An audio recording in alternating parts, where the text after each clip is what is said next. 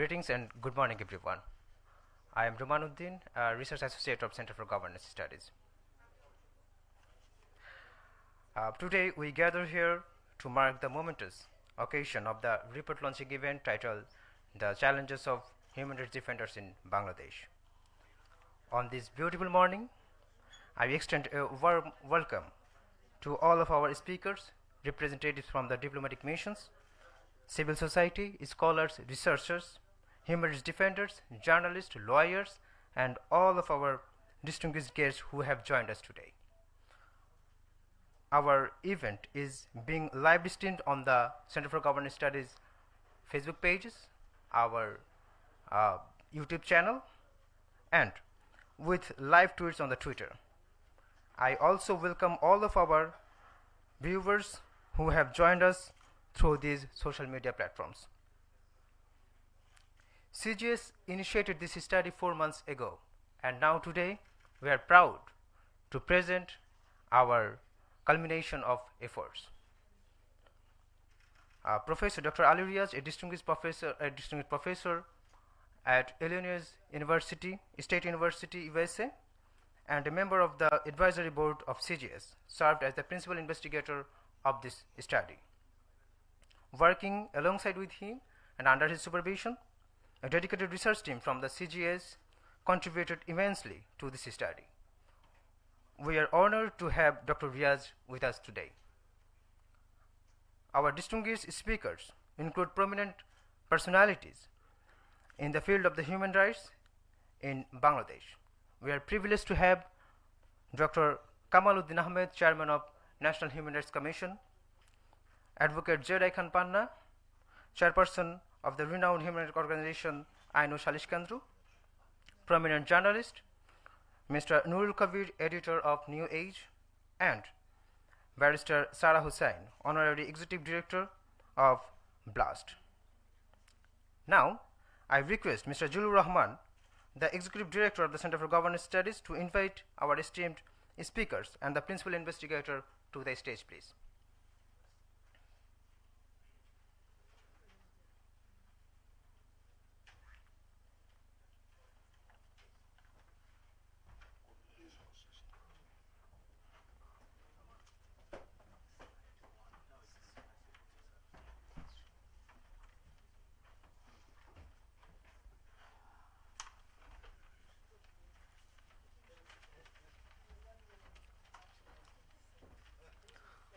Thank you.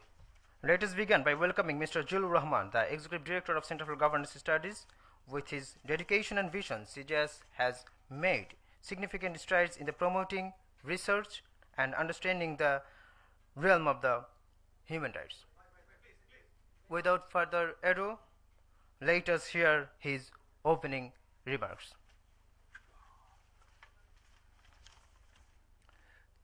Thank you, Roman. Assalamu alaikum, namaskar, and good morning. It gives me great pleasure to introduce to you today the results of our most recent study that our team at the Center for Governance Studies has been working on under the leadership of the esteemed Dr. Ali Riaz, distinguished professor at Illinois State University, USA, and a member of the advisory board of the CGS. Our study focuses on human rights, or more particularly, human rights defenders of Bangladesh. The notion of human rights is plainly understood today as every human being, by the very fact of being born as a human, is entitled to enjoy certain rights individually as a part of a community, irrespective of gender, caste, skin color, religion, or creed. However, violation of these fundamental rights is an issue that is present in almost every country on earth. The Universal Declaration of Human Rights in 1948 was created in recognition of the constant battle to protect human rights worldwide. The United Nations Human Rights Office is a United Nations department specifically created to promote and protect human rights guaranteed under the Universal Declaration. However, other than the UN, many individuals and non-government organizations have also taken on the mantle of defending human rights on various national and international scales. For our study, we classify human rights defenders as those individuals who gather and report human rights abuses, endeavor to stop such abuses, and ensure that everyone has access to their universal rights. I believe that how we judge the human rights condition of a country can most easily be determined by how the country treats its human rights defenders. Through our study of human rights defenders of Bangladesh, we are faced with the unfortunate reality that the state of human rights is indeed declining in Bangladesh. The evidence of human rights violations in Bangladesh is clear to all those who have eyes. Bangladesh has already received several warnings from the United Nations and a sanction from the United States of America due to the grounds of human rights abuse. However, instead of trying to identify and solve the problems of our country, those in power have opted to point fingers at the problems of other countries and sometimes even flat out refuse to believe that human rights issues even exist in Bangladesh. This kind of denial and deflection is an indication of the state-sponsored nature of human rights abuse in Bangladesh, a reality that will become much more obvious as we explain our key findings of the study. Therefore, I'll not take any more of your time.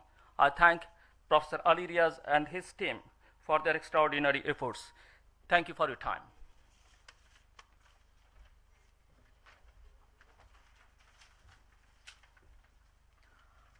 Thank you, Executive Director, for your words and for setting the tone for the event.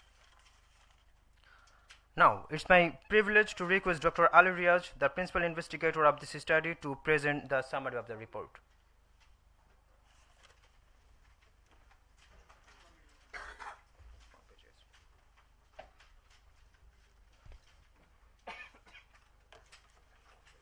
Thank you, Roman.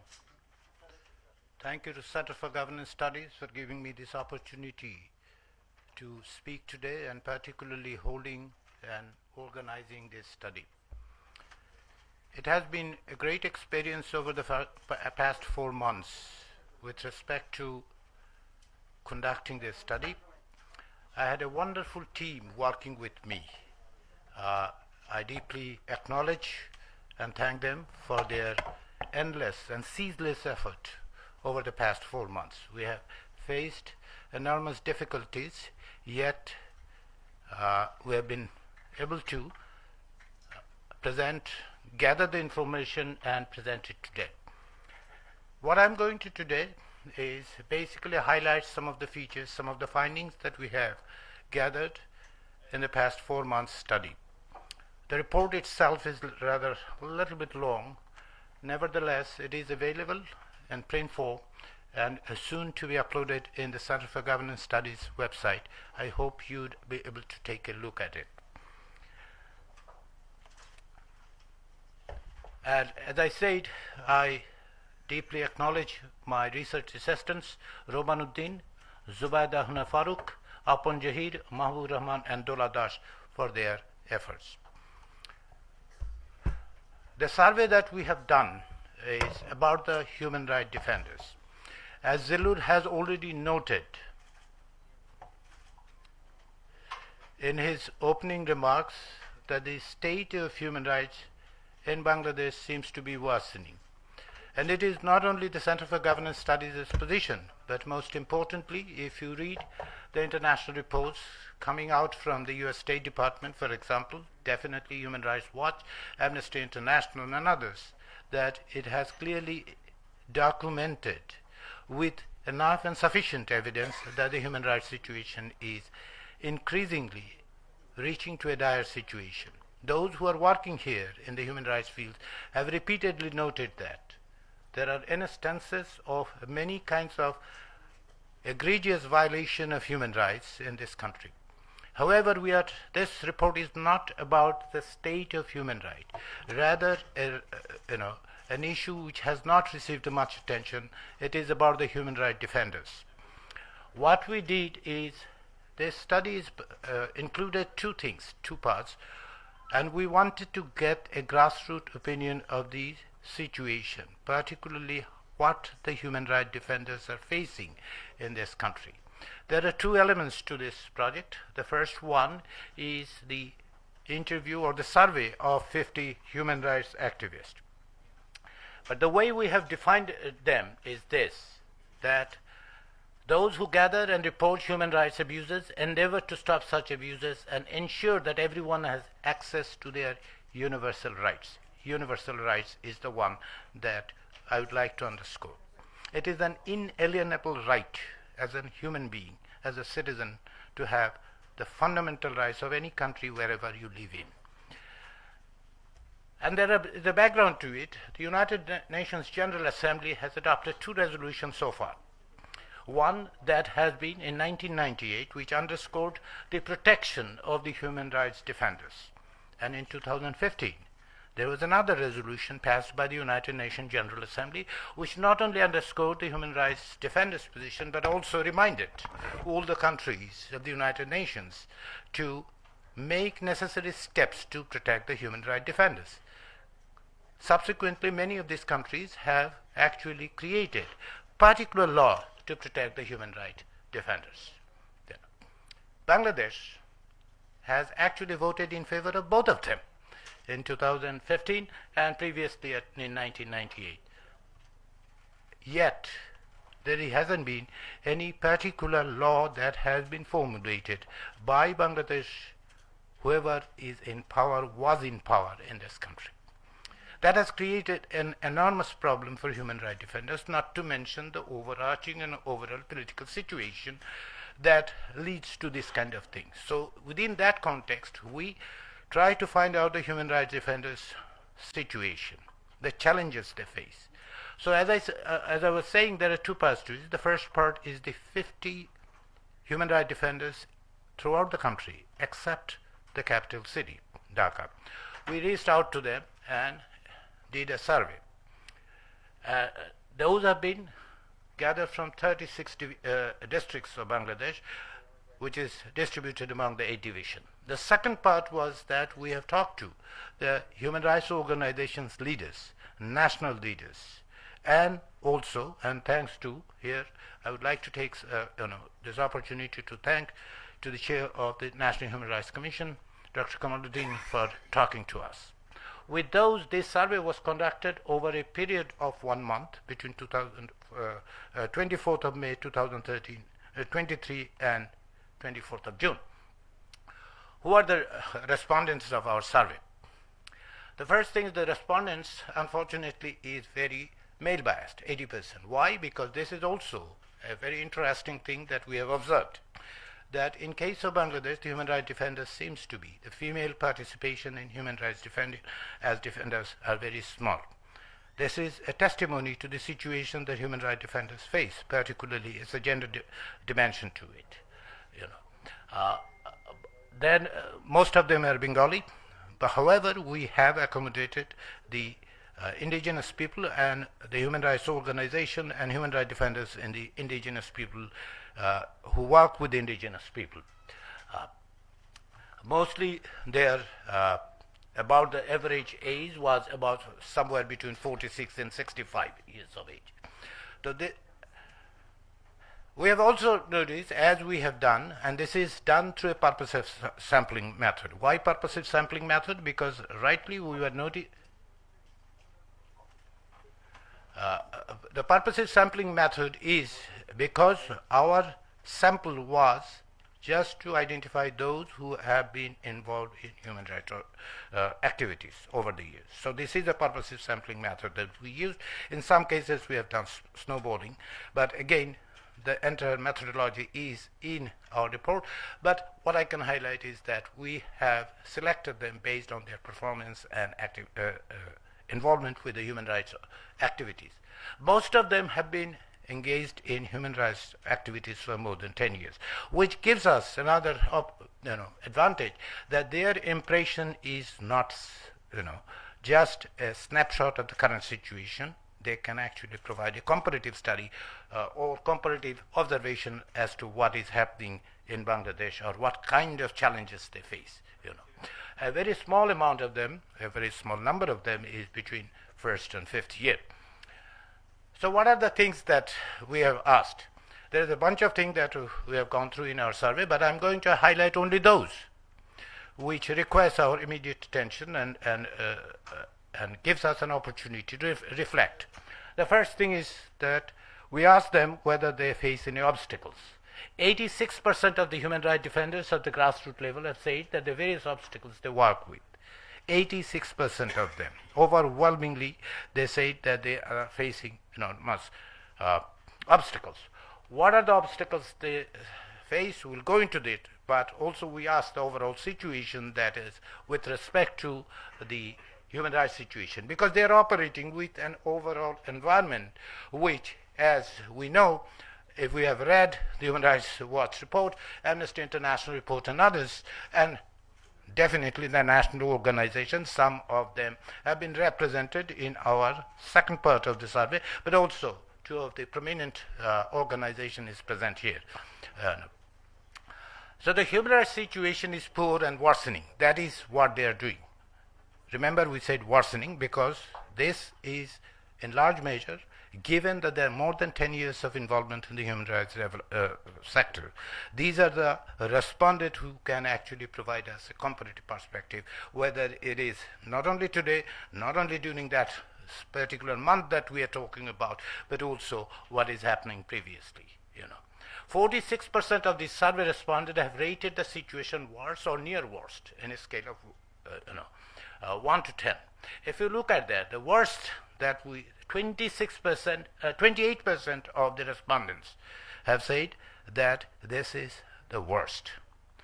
That means more than a quarter of respondents are watching and seeing that this is the situation. The way we have scaled it from 1 to 10, 1 being the worst, and if you look at the first three columns, what you get that more than 46% are in currently situation that this overall human rights situation in Bangladesh is worsening and poor. There is a 2% missing.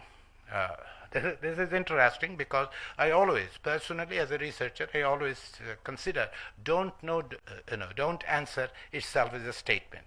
The situation in some cases creates an environment within which respondents tends to be afraid not even to respond to the questions. That itself tells us a story. The silence itself is more loud than the speaking thing itself. Where are they getting these the obstacles which they have described as intimidation, in some cases persecution, threats? Where are they getting it from? Most of them are connected to the state, such as the law enforcement agencies. When we ask them, we actually offer them with 7 options. And then there was another which called others, which means they can actually document if we have missed any kind of potential obstacles or source of threat. What we have gathered is that law enforcement agencies, state intelligence agencies, government officials, these three, which are definitely, if I am not mistaken, are directly connected to the state. Let me put it again, state. We are not talking about the government. The government is just the operating part of the state. The state agencies, in this instance, that human rights defenders are telling us that at least 42% of the intimidation, harassment, and threat and the obstacles they face comes from the state institutions. The state institutions are supposed to be. If we go back to 1995, the state, Bangladeshi state, actually voted in favor of a UNGA resolution which told to protect, and this is what they are telling us. The fourth source, which is the ruling party activist. So if you add those things, 42 and 23, you do the math. I'm very bad at math, but nevertheless I can count it that it is more than 60%. So these are the sources. Please note, this is something that based on this data, I want to insist how Bangladeshi state is actually behaving with its human rights defenders. What are the obstacles they face? They have talked about the intimidation, they have talked about the harassment, they have talked about the various kinds of obstacles. The breakdown of the responses that we have seen, and here I put it out, and it is in the report, but let me put it out. There are 15 individuals have noted about government repression. 3 of the individuals that we talked, and this is a very small sample.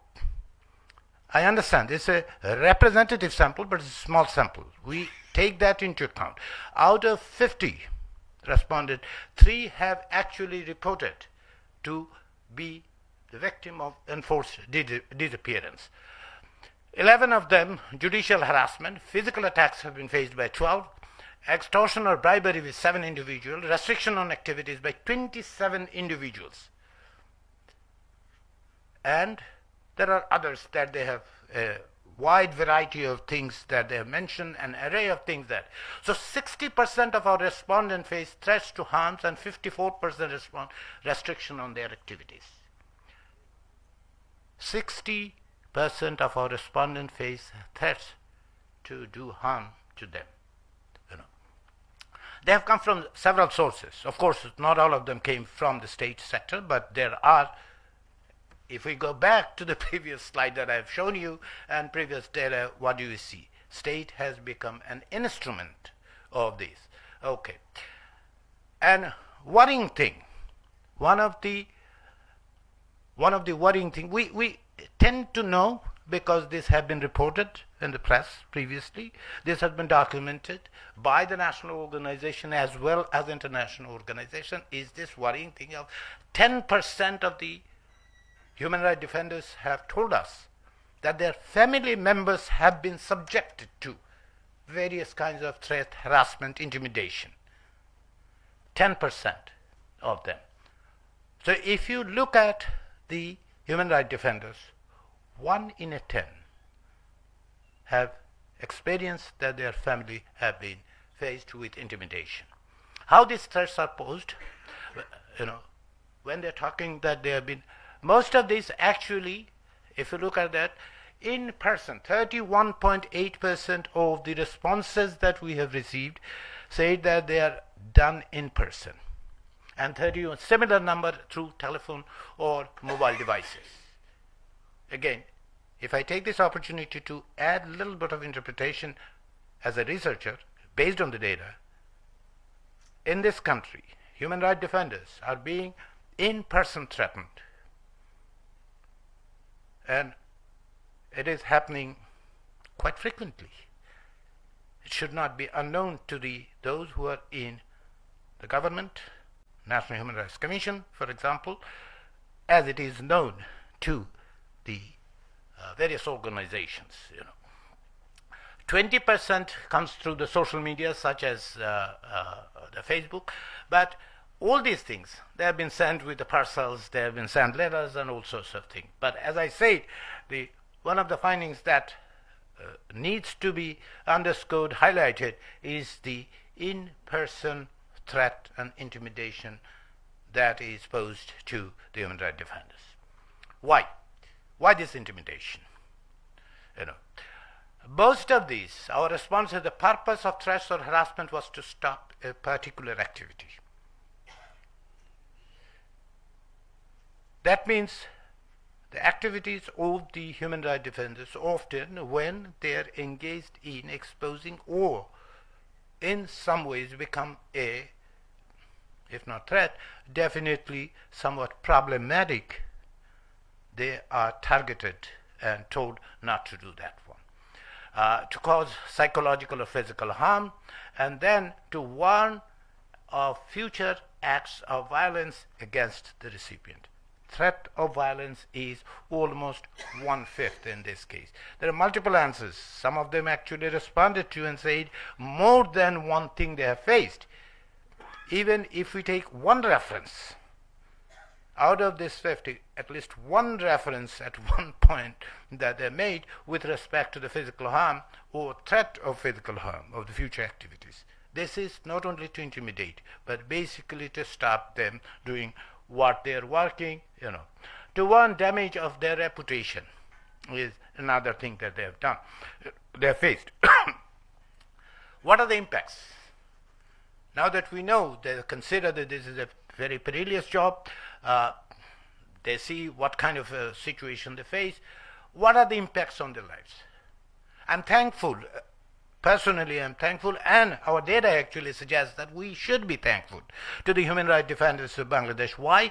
Because almost 1/3 of them still continue to do the work.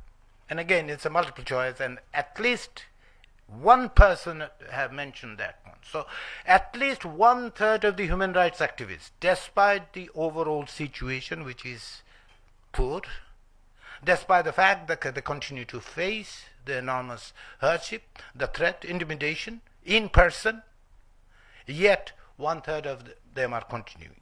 I take this a personal opportunity. As a researcher, I don't know whether I should insert it, but personally I think, as someone who tend to observe Bangladeshi politics and society, we should be thankful to them. But what is also, worrying part is this: had to reduce the scale of work.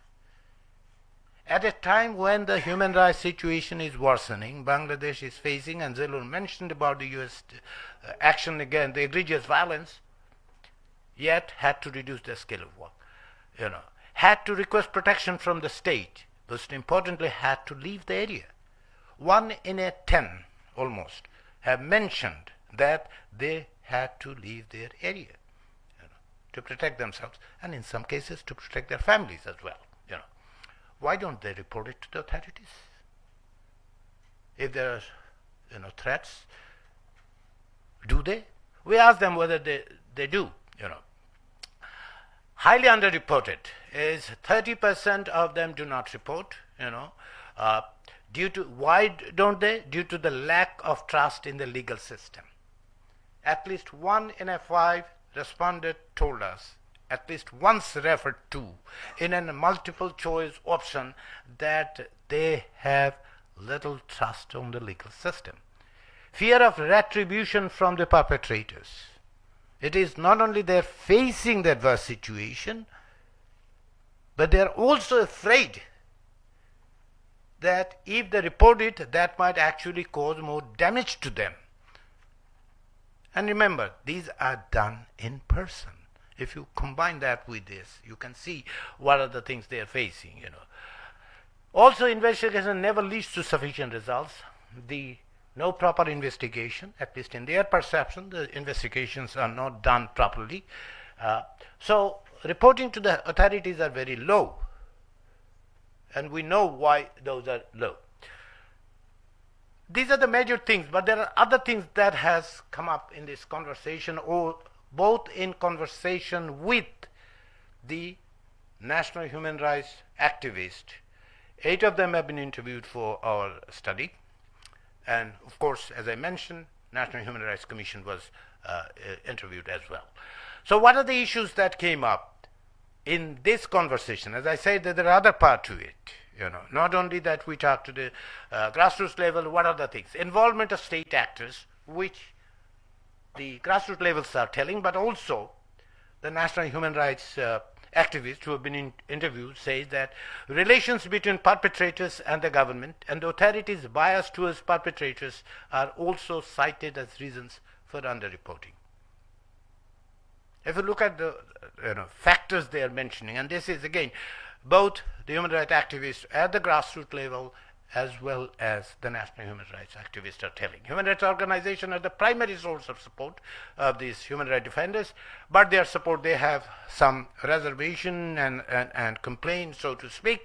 Their support and assistance are considered as inadequate by 36% of the grassroots HRDs. So this is a call not only for the government, this is a call for the human rights organization as well. They need support. And they are not yet exactly very much happy with or satisfied with the support. Human rights organizations agree with the grassroots that the human rights situation has worsened across the board. All the human rights activists, national level human rights activists that we spoke to, pretty much, almost unequivocally, unanimously have told us that the human rights situation is worsened. But the chairman of the Human Rights Commission, Dr. Kamal, is here, so we should also take in the perspective that the National Human Rights Commission, which is a statutory body,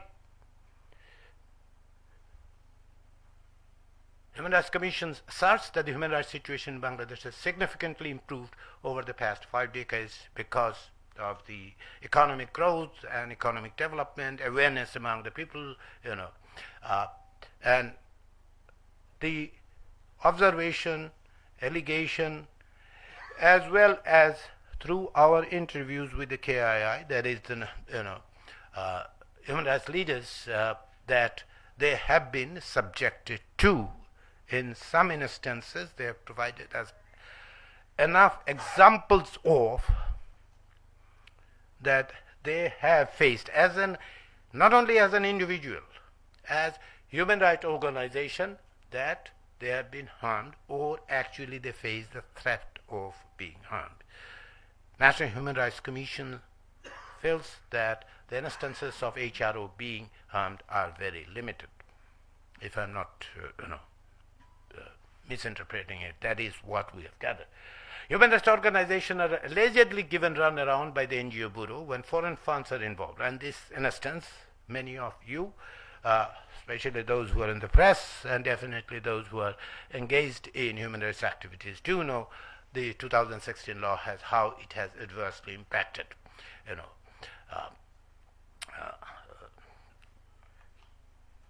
So what are our recommendations? There's a whole bunch of the recommendations that we have sorted out in your report, but let me highlight a few things. The first thing is there should be an explicit expression of political will and uphold the promise to improve the human rights situation. Without improving the general human rights situation, defending the human rights defenders is almost impossible. I said almost impossible because not necessarily it is 100%. So there should be an explicit expression from the government. And despite the fact that we are saying government, actually it implicitly is suggesting the state. The adversarial attitude that we see from the government towards the human rights defenders is not helpful. The second thing is the government must stop all form of harassment of HROs and HRAs using various state agencies. We're not making it up. This is not a political position. This is what the data is telling us. When we asked the human rights defenders, especially the HROs, what they want, this is what they have come up with. Why? Because again, going back to the data that I have presented from the grassroots, state agencies are involved. The government should, in consultation with the HROs, legislate laws to protect the HRDs, that is human rights defenders, based on the UN resolutions of 1998 and 2015. Foreign Donations Act, that is the Act of 2016, which includes terms as anti-state activities, inimical, derogatory comments, so on and so forth. From the human rights leaders that we have talked to, they have suggested the National Human Rights Commission's structure and composition should be reformed as an independent body, a statutory body, represent the voices of HRDs and have the power to investigate and act on incidents of human rights violation, including those perpetrated by law enforcement agencies. HROs should enforce their support, that is a call to the human rights organization. There are quite a few in Bangladesh, we know, and this is a call from the grounds. Let us be the messengers. I'm sure they communicated through their own processes, yet as an outsider, as a researcher, as someone who's looking at it from outside, let's make it very clear to the HROs that they should enhance their support mechanism. So these are some of the ones that I have highlighted. As to end this presentation, once again, I'm deeply indebted to Center for Governance Studies for supporting this. But most importantly, despite adversarial situation, human rights defenders are working, and they have helped us to gather this information. The 50 human rights defenders that we've talked to, that is the survey. On my behalf, and on behalf of my research team, which again I cannot thank actually enough for what they have done. They have participated, took time, efforts. We have talked to human rights leaders, and they have given us enough time. Thanks to National Human Rights Commission for providing the information as well as the interview that has been given. This is an opportunity for us to reflect and look at it. Human rights defenders are in a very difficult spot at this point. Let us stand by them and try to do what is absolutely necessary. That is a call from us. That's not a recommendation from the CGS report. This is me. Some of you may not know my name. My name is Ali Riaz. This is me speaking, saying, let's stand by them. Thank you.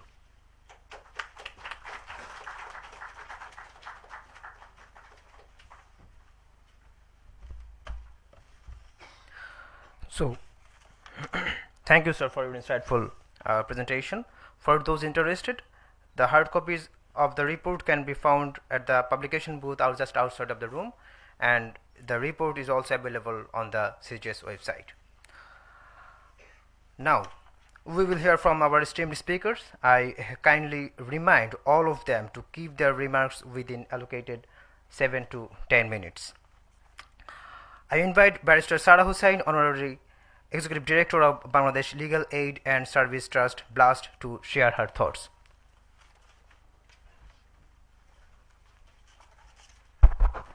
Many thanks, and thank you to the Center for Governance Studies and of course to Professor Ali Riaz and his team for doing this research and organizing this event today.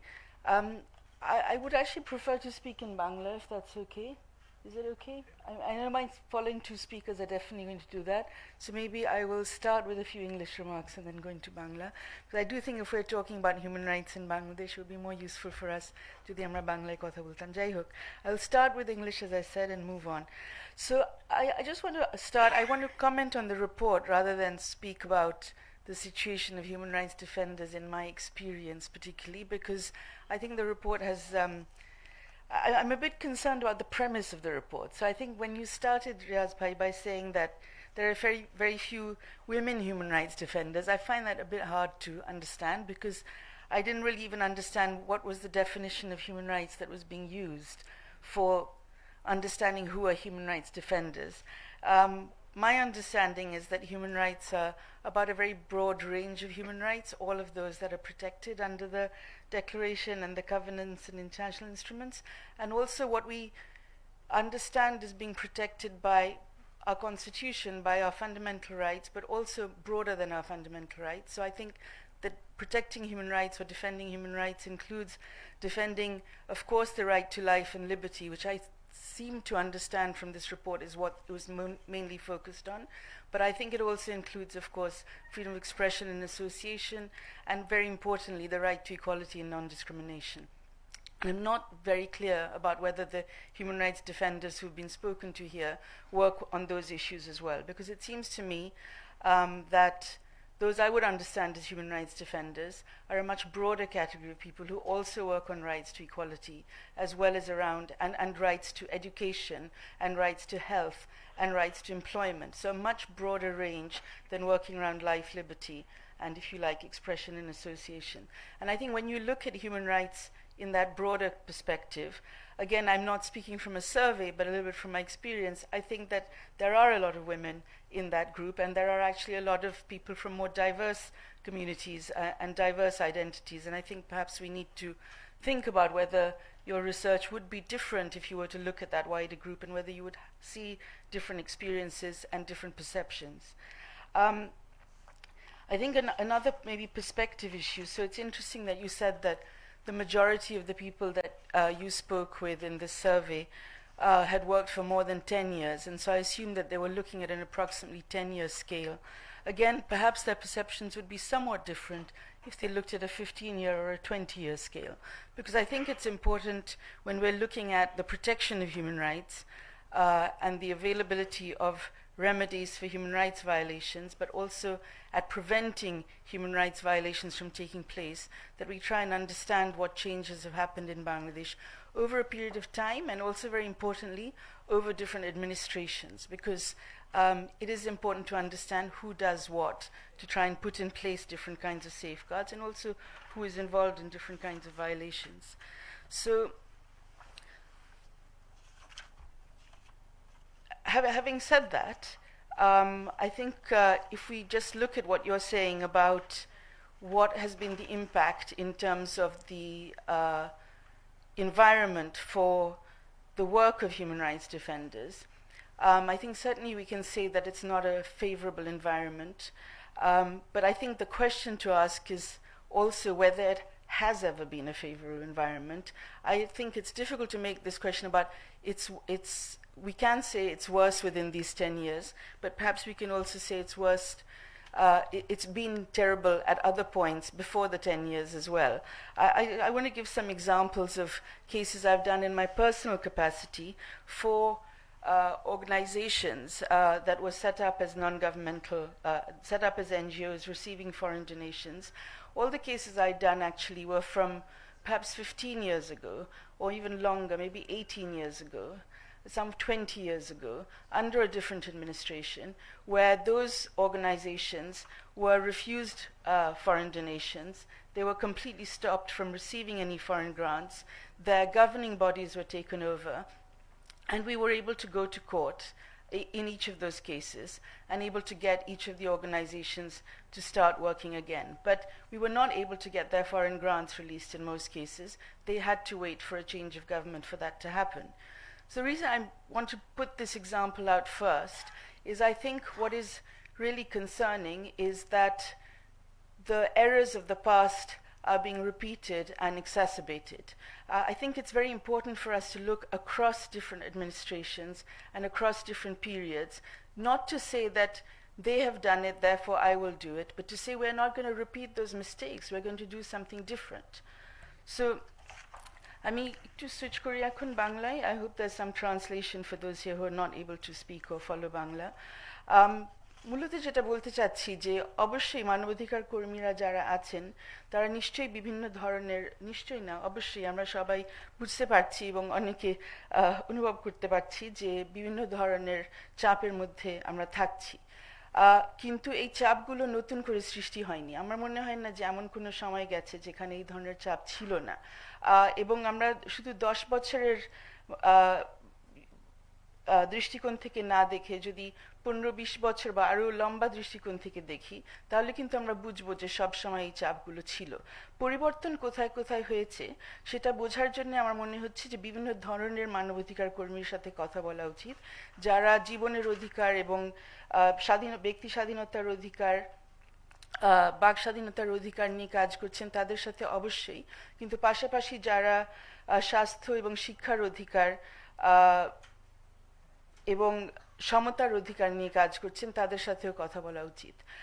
এবং সকলের সাথে কথা বললে যে বিষয়গুলো আমার মনে হয় পরিষ্কার হবে যে কোনো কোনো ক্ষেত্রে কিন্তু আমরা যদি 3 ভাগে দেখি, একটা হলো যে আইনগত কাঠামো আগের চাইতে শক্তিশালী হয়েছে কিনা মানবাধিকার রক্ষার জন্য, দ্বিতীয়ত সেই কাঠামো, আইনগত কাঠামো প্রয়োগ হচ্ছে কিনা এবং সেই ক্ষেত্রে আমরা নতুন ধরনের বাধা নিষেধ বা বিভিন্ন ধরনের প্রতিকূলতা দেখছি কিনা, আর তৃতীয়ত যেই সব অবস্থা বা ব্যবস্থা যেগুলোর ব্যাপারে প্রফেসর আলী রিয়াজ মন্তব্য করেছেন এবং ওনার বিভিন্ন বিশ্লেষণও আছে যে একদম আইন বহির্ভূত বিভিন্ন ধরনের ব্যবস্থা, সেগুলো বেড়েছে কি কমেছে, তাহলে আমরা এই 3টা দিকে কিন্তু 3 ধরনের পরিবর্তন দেখব. আইনি কাঠামোর দিকে যদি আমরা তাকাই তাহলে আমাদের কিন্তু বলতে হবে যে আইনি কাঠামো আগের চাইতে শক্তিশালী হয়েছে মানবাধিকার কর্মীদের জন্য, এই অর্থে যে অনেক ধরনের অধিকার স্বীকৃতি পেয়েছে আইনের মাধ্যমে। প্রতিবন্ধীদের অধিকারের কথা যদি বলি, 20 বছর আগে আমাদের প্রতিবন্ধীদের অধিকারের কোনো আইন ছিল না। এটার জন্য প্রতিবন্ধী অধিকার নিয়ে যারা কাজ করছিলেন তারা লড়াই করে যাচ্ছিলেন।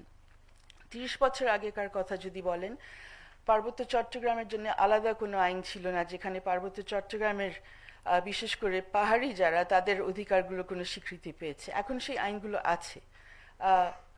I think we have to acknowledge that, এবং those are not, ওই আইনগুলো নির্দিষ্ট করে মানবাধিকার ডিফেন্ডারের জন্য তৈরি না, বাট অফকোর্স মানবাধিকার স্বীকৃতি দেওয়ার জন্য ওই আইনগুলো তৈরি হয়েছে। So we have to acknowledge that ওই আইনগুলো এখন আছে এবং এগুলো ছিল না। I think that's quite important. But second জিনিস হচ্ছে যে আমরা আইনি প্রতিকার, এই আইনগুলোর মাধ্যমে যেসব ব্যবস্থাগুলো তৈরি হয়েছে বা সব অধিকার স্বীকৃতি পেয়েছে, সেগুলো আমরা শেষ পর্যন্ত প্রয়োগ করতে পারছি কি পারছি না, সেই প্রতিকার কী ধরনের প্রতিকারের ব্যবস্থা রয়েছে আর সেগুলো আদায় করা সম্ভব কিনা, সেই জায়গায় যদি আমরা আরও ডিটেল স্টাডি পাই। বিশেষ করে যে এখানে আরেকটি point I think professor Ali Riaz নিয়ে এসছেন, প্রতিকার পাওয়ার একটা বিষয়, আর আরেকটা ছিল যে জুডিশিয়াল হ্যারাসমেন্ট ফ্রেজটা উনি নিয়ে এসছেন, যে কোর্টের মাধ্যমে প্রতিকার পাওয়া হলো এক জিনিস, আর কোর্ট বা বিচারিক প্রক্রিয়ার কারণে হয়রানির শিকার হওয়া এক জিনিস, এবং সেটা উনি দেখিয়েছেন খুব বেশ ভালো মাত্রায়। কিন্তু অনেকে জুডিশিয়াল হ্যারাসমেন্ট বা বিচারিক হয়রানির শিকার হচ্ছেন। সো এই জায়গাটাতে যদি আমরা আই থিঙ্ক বিশ্লেষণ করতে যাই, তাহলে আই থিঙ্ক আমরা বলতেই পারবো যে অনেক ক্ষেত্রে কিন্তু যে আইনি প্রতিকার পাওয়ার কথা সেগুলো পাওয়া যাচ্ছে না। সেগুলো কেন পাওয়া যাচ্ছে না সেটা আরও বিশ্লেষণে হওয়া উচিত। সেখানে কী ধরনের প্রেশার, কী ধরনের ফ্যাক্টরস, কী ধরনের কারণে এটা হয় না, সেটা আমাদের দেখা দরকার। বাট অলসো বিচারিক হয়রানি কীভাবে হচ্ছে সেটা দেখা হচ্ছে, সেটা অনেক মাত্রায়। এখানে উনি যেসব অধিকারের কথা বলেছেন, আবার আমি যেগুলো বলছি, সেই ক্ষেত্রে আমরা দেখছি যে নানান ধরনের বিচারিক হয়রানি আনফর্চুনেটলি বাংলাদেশে হচ্ছে, এবং সেটা নিয়ে আমাদের আরও ডিটেলড গবেষণা খুবই প্রয়োজন। এবং অফকোর্স শুধু গবেষণা না, এই ব্যাপারগুলো নিয়ে, এই বিষয়গুলো নিয়ে ব্যবস্থা নেওয়া দরকার। লাস্ট বিষয়ে যদি আসি, যে বিচার বহির্ভূত যেসব ব্যবস্থাগুলো, যে এক্সট্রা জুডিশিয়াল বা অ্যাকশনস, যেগুলোর আসলে কোনো লিগাল গাইডেন্স নেই মনে হচ্ছে, সেখানে আমরা দেখছি অনেক বড় ধরনের সমস্যা। এবং যেহেতু সেগুলো বিচার বহির্ভূতভাবেই হচ্ছে, সেখানে আবার বিচারিক প্রতিকার পাওয়াও যথেষ্ট জটিল। সো যারা এখানে মানবাধিকার রক্ষা করার জন্য কাজ করে যাচ্ছেন, তারা কিন্তু কোনো ধরনের আওয়াজও কোথাও তুলতে পারছেন না যে আসলে এইভাবে আমাদেরকে হয়রানি করা হচ্ছে। নিজেরা বলছেন, রাস্তায় দাঁড়িয়ে বলছেন, সভা সমাবেশ করে বলছেন, বাট কোনো প্রতিষ্ঠানের কাছে গিয়ে যেগুলোর জন্য প্রতিকার পাবেন সেরকম ব্যবস্থা নেই। আমাদের সাথে আজকে মানবাধিকার কমিশনের সভাপতি আছেন, very glad that is here, আমরা ওনার কাছে শুনবো। এটা একটা বড় ইস্যু যে মানবাধিকার কমিশন থাকা সত্ত্বেও সেখান থেকে প্রতিকার পাওয়া খুব বড় একটা সমস্যা। এবং পার্টিকুলারলি যেগুলো সবচাইতে ক্রিটিক্যাল অভিযোগ আমাদের দেশে এসছে, ফর এক্সাম্পল গুম হওয়ার অভিযোগ বলেন, বা হেফাজতে নির্যাতন হওয়ার অভিযোগ, যেগুলো right to life, right two freedom from torture, এই ধরনের অধিকারের লঙ্ঘনের ব্যাপার, সেই ক্ষেত্রে মানবাধিকার কমিশনের কাছে যাওয়া, সেখান থেকে প্রতিকার পাওয়া খুবই মুশকিল। এবং সেটা কিছুটা সেই মানবাধিকার কমিশনকে গাইড করে যে আইনটি করা হয়েছে, সেই আইনের দুর্বলতার কারণেও। তো সেটাও আমার মনে হয় আমাদের শোনা উচিত যে কী ধরনের গ্যাপস আছে আমাদের আইনের মধ্যে, যে কারণে আমরা এই প্রতিকারগুলো পেতে পারি না। বা যখন আমরা দেখেছি যে এই ইস্যুগুলো নিয়ে কোর্টে যাওয়ারও চেষ্টা করা হয়েছে, সেখানেও আনফর্চুনেটলি আমরা বারবার যেটা দেখছি যে কোর্ট কিন্তু সেই ইনভিটেশনটা গ্রহণ করছে না, রেসপন্সটা দিচ্ছে না। সো ফর এক্সাম্পল গুম নিয়ে বোধহয় 1-2টা মামলা হয়েছে এখন অবধি, খুব বেশি যে হয়েছে তাও না। বাট সেখানেও কিন্তু কোর্ট থেকে আমরা কোনো ধরনের প্রতিকার পাইনি এখন পর্যন্ত। নির্যাতন থেকে মুক্ত হওয়ার ব্যাপারে আমাদের আদালত থেকে আমরা কয়েকবার দেখেছি বিভিন্ন ধরনের গুরুত্বপূর্ণ পদক্ষেপ নেওয়া হয়েছে। একটা নিয়ে আমি আশা করছি আমাদের শ্রদ্ধেয় পান্না ভাই, অ্যাডভোকেট জাদাই খান পান্না আছেন, উনি বলতে পারবেন। প্রায় 25 বছর ধরে কোর্ট থেকে আমরা একটা ডিরেকশন পেয়ে আছি যে পুলিশ যখন কাউকে গ্রেফতার করে পরোয়ানা ছাড়া, তখন তাদের কী সব নিয়ম নীতি অনুসরণ করতে হবে। এই কেসটা হয়েছিল 1996 না 96 সনে সম্ভবত। না, 3-এর আরো আগে, রুবেলের হত্যা, হ্যাঁ, 2003 ফার্স্ট কেসটা আই থিঙ্ক, হ্যাঁ 96/7-এ। সো রুবেল হত্যার একজন ছাত্রকে ডিবিতে নিয়ে যাওয়া হয়, সে ডিবি থেকে তার লাশ তার বাবা মার কাছে দেওয়া হয় এবং সেটা নিয়ে একটা জুডিশিয়াল ইনকোয়ারি কমিশন হয়। পরবর্তীতে একটি সুপ্রিম কোর্টে একটি জনস্বার্থ মামলা হয়, হাইকোর্টের নির্দেশনা দেয়, সুপ্রিম কোর্টের নির্দেশনা দেয়। আমি শেষ করছি। সুপ্রিম কোর্টের রায় দিয়েছে, তাও প্রায় 6 বছর আগে। এখন সেই কেসে আবার রিভিউ পিটিশন করা হয়েছে, আপনারা শুনবেন সেটার পরবর্তীতে কি হলো। আমি শুধু উদাহরণটা এই কারণে দিচ্ছি যে আমাদের হিউম্যান রাইটস ডিফেন্ডারদের জন্য প্রোটেকশন পেতে হলে শুধু শুধু আইন করলে কিন্তু কাজটা হবে না, because as I said at the beginning অনেক ধরনের আইন ইতিমধ্যে আমাদের হয়েছে। We have quite a lot of protections existing under law. We also have quite a lot of laws that protect different kinds of communities and recognize rights, and we've had an improvement, I would say, in legislation over the past many years, and we've seen, I think, steady progress in improvement in those kinds of laws, recognizing broader groups and also addressing different issues. But what we haven't seen is effective implementation of the law. And what we have also seen, and I think we've seen this in the past, as I said, under previous administrations, and we continue to see it now, is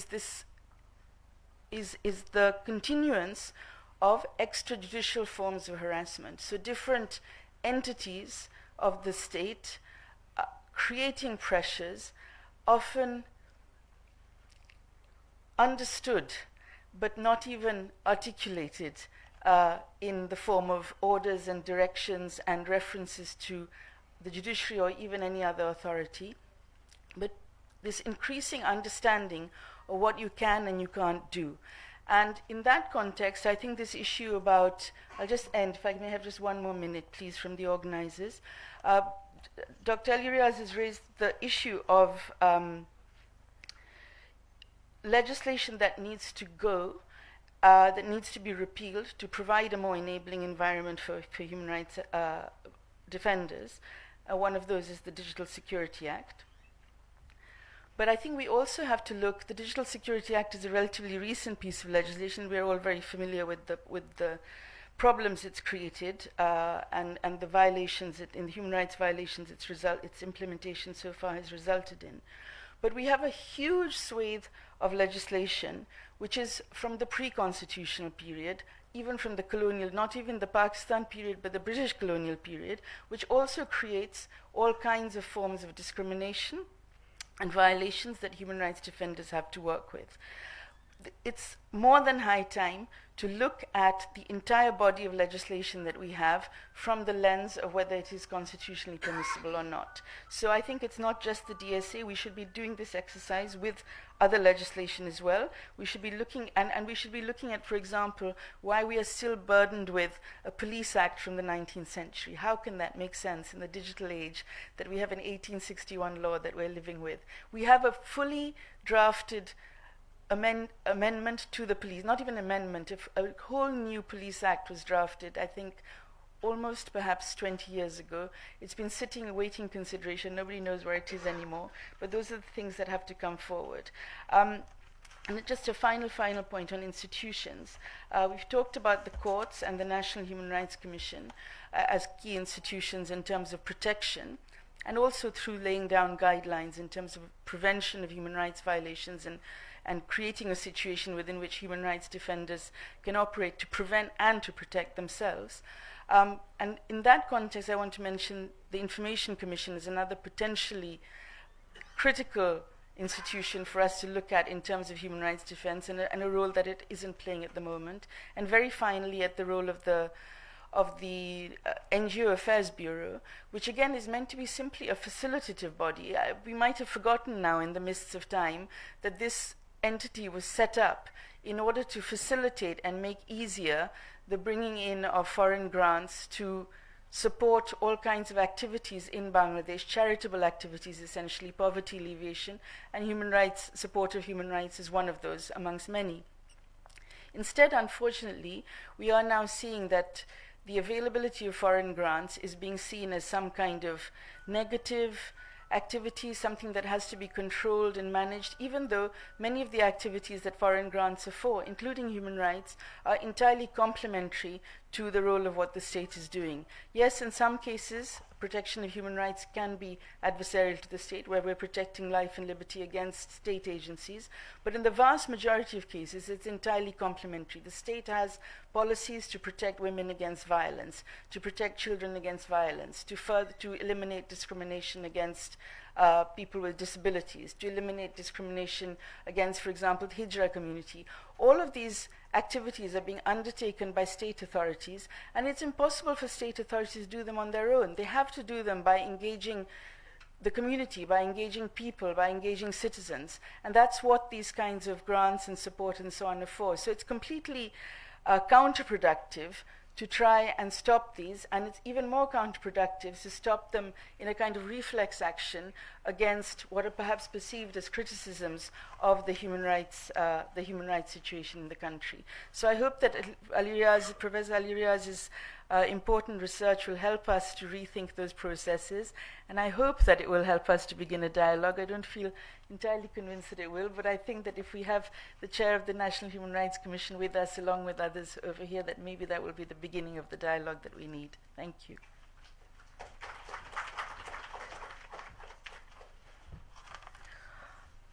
Thank you, ma'am, for your valuable remarks. Now I request the prominent human rights defender advocate Jerai Khan Panna, chairperson of Aino Salish Kendro, to address the audience.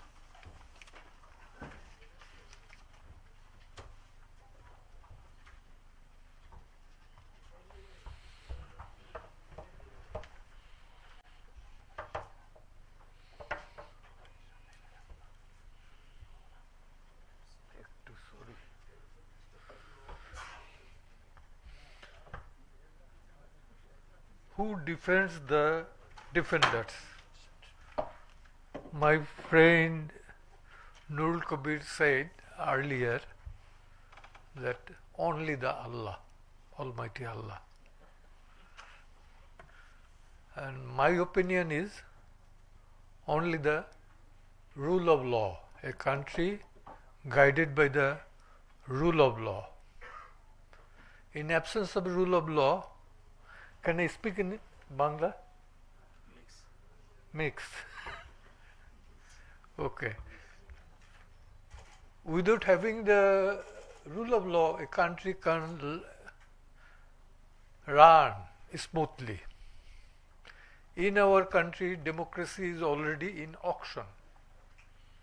You have money, you can purchase nomination and can be elected as the member of the parliament. And what about our judiciary? One is parliament, one is election commission, one is executive, and one is judiciary. What is the present condition of judiciary? কারো কোনো আস্থা আছে বলে আমার মনে হয় না।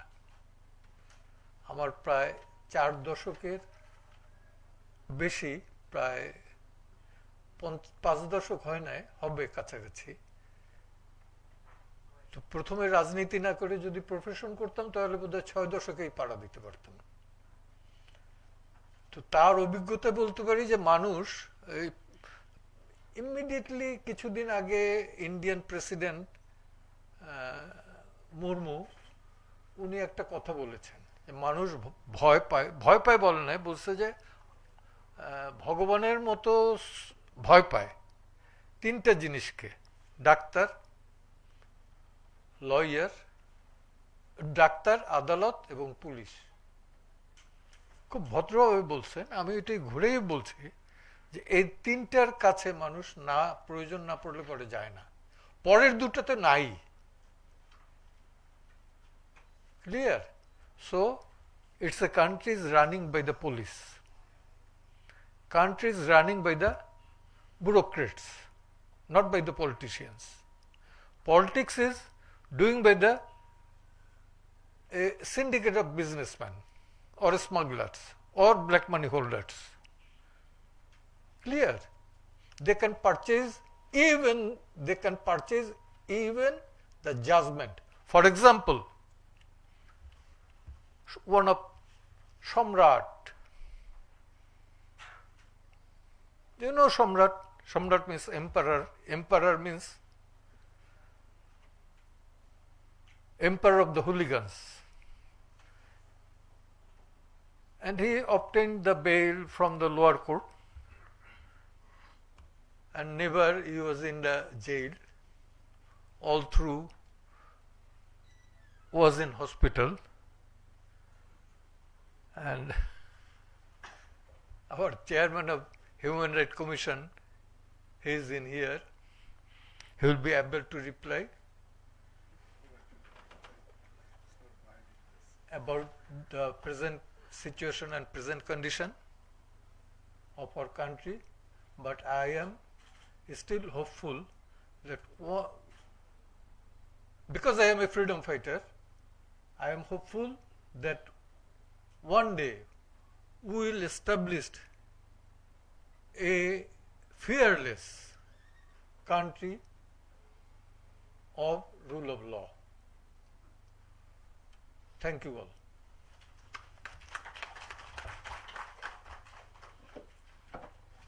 Oh, thanks, Dr. Ali Riaz, for his excellent recommendations, particularly recommendations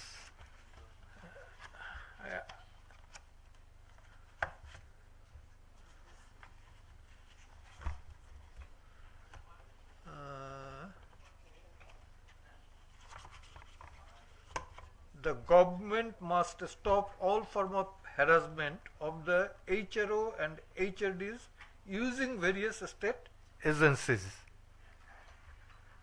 It is also request to our chairman of National Human Rights Commission. Please look after this. We are facing the serious, as on behalf of us, I must say that they are creating serious problem. They are not helping or assisting us, but they are creating problem. Not to aware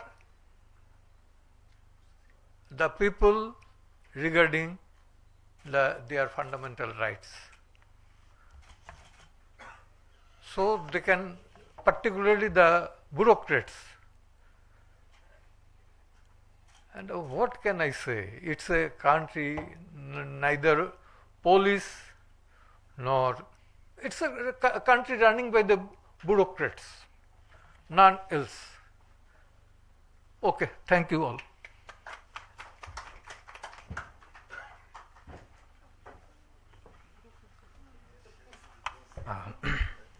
Thank you, sir, for your insightful comments.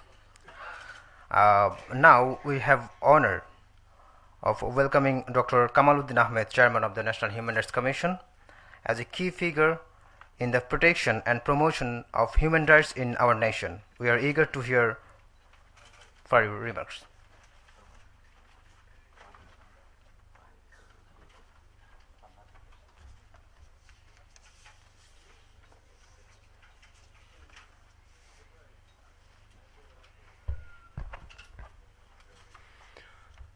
Ladies and gentlemen, Assalamu alaikum. I must thank Dr. Riaz for bringing out such a wonderful report regarding defenders, human rights defenders. And at the end, he said, let's stand by them. I fully agree with him. We should all stand beside human rights defenders. Now, we normally see that, well, people who speak against influential people, they suffer everywhere, not only in Bangladesh, everywhere. And in Bangladesh context, this research has been conducted, and I came to know that it's only on 50 people, the respondents. And it hasn't been clearly said about who are these people. An issue like human rights and human rights defenders, which is they are all over the country. I don't know whether this 50 number is sufficient or not, because this and they worked for last 10 years, and I also agree that lots of things happened in the past also. One thing I must say that after hearing the presentation or the comments of two gentlemen, lady and gentlemen, probably I am the person here to speak or reply to a lot of questions as a chairman of the National Human Rights Commission. National Human Rights Commission is a commission which is an advisory body which looks after lots of things as watchdog, the violation of human rights all over the country, and to report to the concerned or and to guide or direct concerned authorities to work in regard to fulfilling the rights of the people, not that the violations should be accepted by any particular authority. So in regard to that, I believe National Human Rights Commission has been doing a lot of things, and probably you are interested to know how we do all those things. One of the most important mechanisms is receiving complaints from all over the country. As Barrister Sarah Hussain said that after reporting to National Human Rights Commission, people do not get support properly. I would humbly disagree with that. It's not the fact. In fact, we receive lots of complaints every week. Our benches sit together with important people who are quite experienced about human rights and who know about laws, current laws, and the constitutional provisions that that agree with rights of the people. And that's why it's not really coming to the press regularly that what National Human Rights Commissions are doing. Unfortunately, another notion probably is that people consider that National Human Rights Commission is an organ of the government. It's a wrong notion probably, and that's why prime media, they do not consider about writing about the activities of National Human Rights Commission. I would very humbly say that. They hardly bother about writing about what is happening, and even when there were some crises with people in the Chittagong Hill Tract area, in the case of cleaners, when National Human Rights Commission stood beside these people, there are a number of such incidents.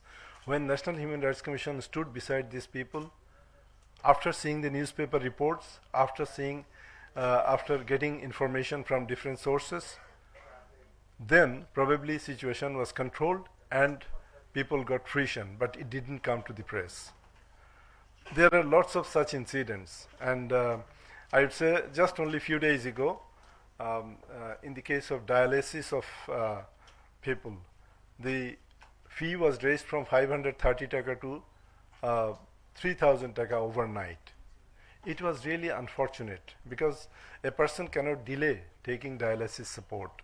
National Human Rights Commission, even on the weekend, on the holiday, sent people to the court for releasing those people who were arrested, and also directed the health authority, health directorate, to stop this kind of raising of the fees for dialysis, and it was complied. And it didn't come to the press that National Human Rights Commission supported these people, and that's why it had happened. Although it is an advisory body, I shall fully tell that when we tell something to different authorities, in most of the cases they listen to it. And it is a kind of tendency that when there is a case of criminal activities, people consider that it is the degradation of human rights situation in the country, whereas there are many other things that are related to human rights, like Universal Declaration of Human Rights has said 30 articles, has brought in lots of things in the human rights. Some of those have been mentioned by Barrister Sarah Hussain very nicely. Those things have also been regularly taken into consideration by National Human Rights Commission. And National Human Rights Commission directed different authorities for listening to those. And also that, if it is a violence of human rights of people in ethnic groups, just about 3 months ago, we went to Chittagong Hill Tracts. The full commission stood beside people whose houses were burnt, who were evicted from their land. And after that, I can only in short say that, well, it could be prevented. It could be stopped at that stage.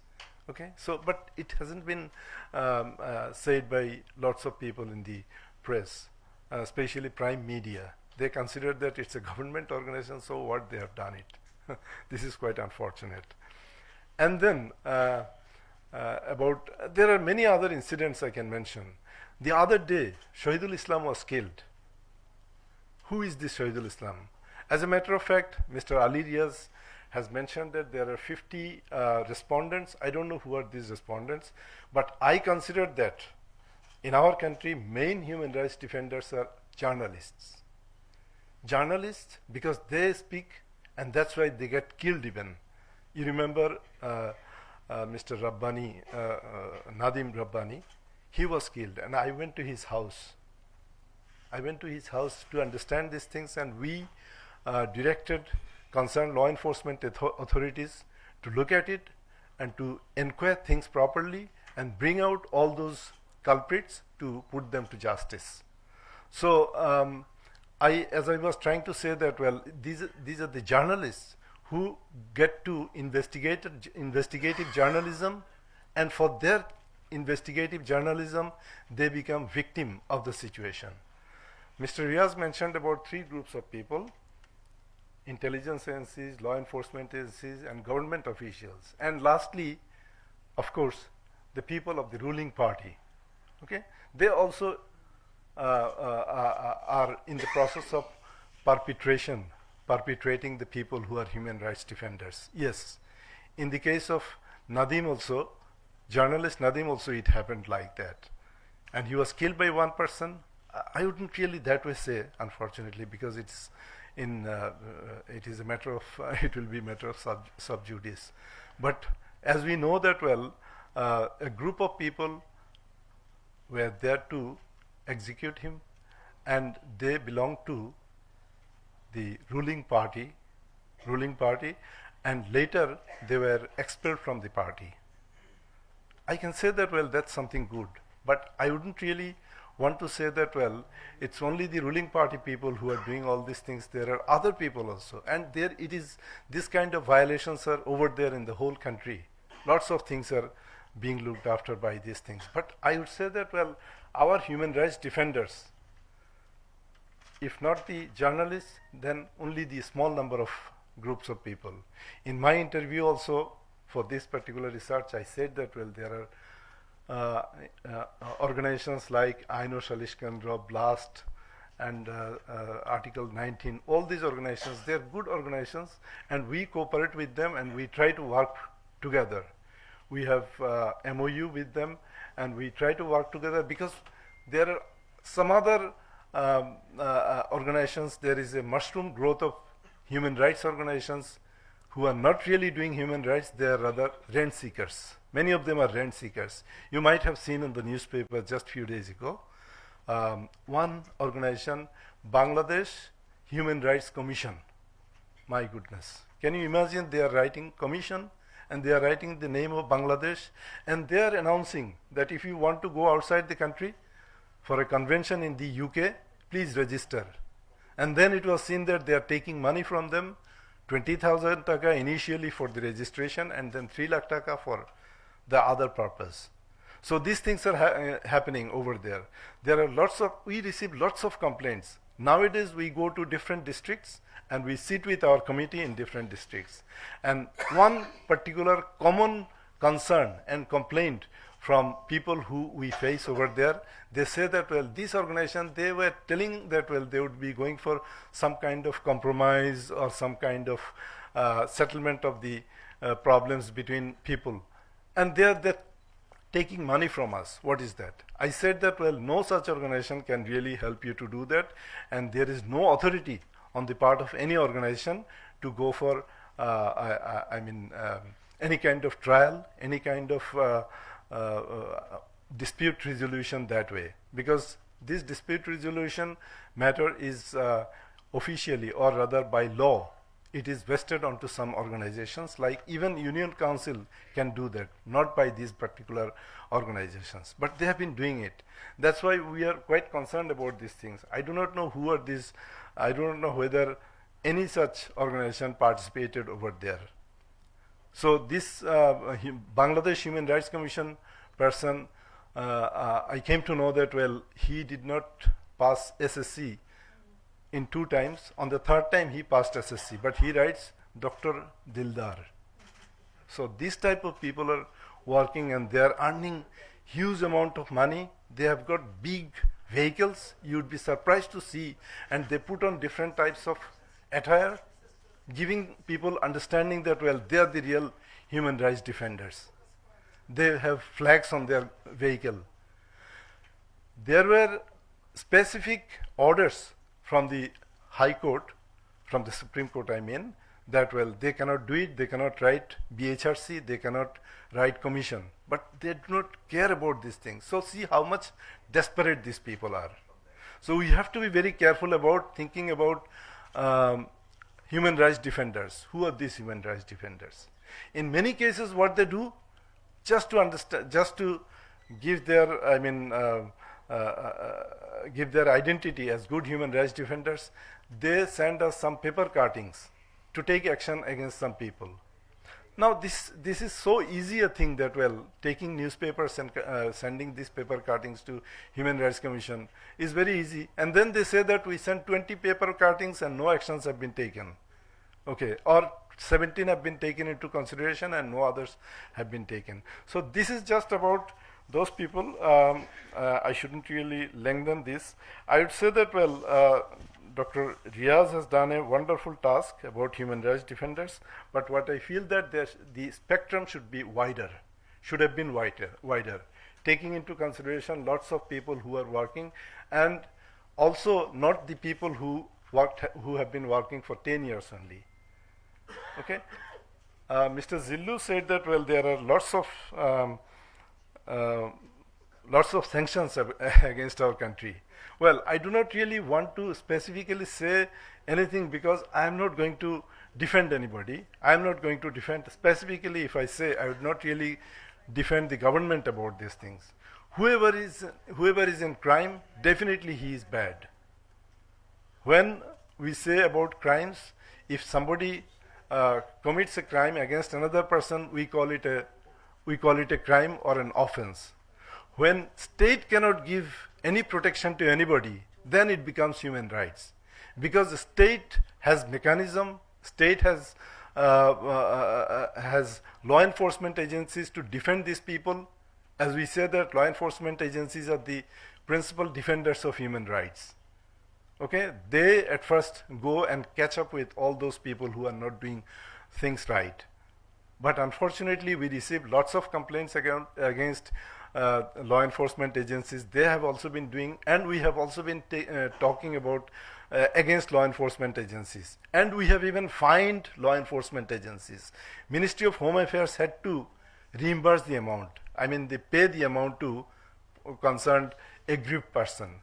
So those things have been done. It's not that, well, the sanctions came and that's why we have to support it. No, sanctions came, well, it may be because of that. In my interview in Tritiya Matra, I also mentioned that there are things like that, but of course there is a geopolitics. We have to understand that. We find that, well, in geopolitics, lots of things are considered right, lots of things are not considered right because of the situation. It's not that, well, everything is very bad or everything is very quite fair. Unfortunately, as a country, as a developing country, we have to probably compromise with a lot of things. We have to listen to lots of people. That's our unfortunate situation. And there are people who speak about Bangladesh in such a way. I'm telling it with a strength that, well, it is our country. We have to understand our situation. And there is image crisis of our country in outside world. Sometimes things do not really go properly.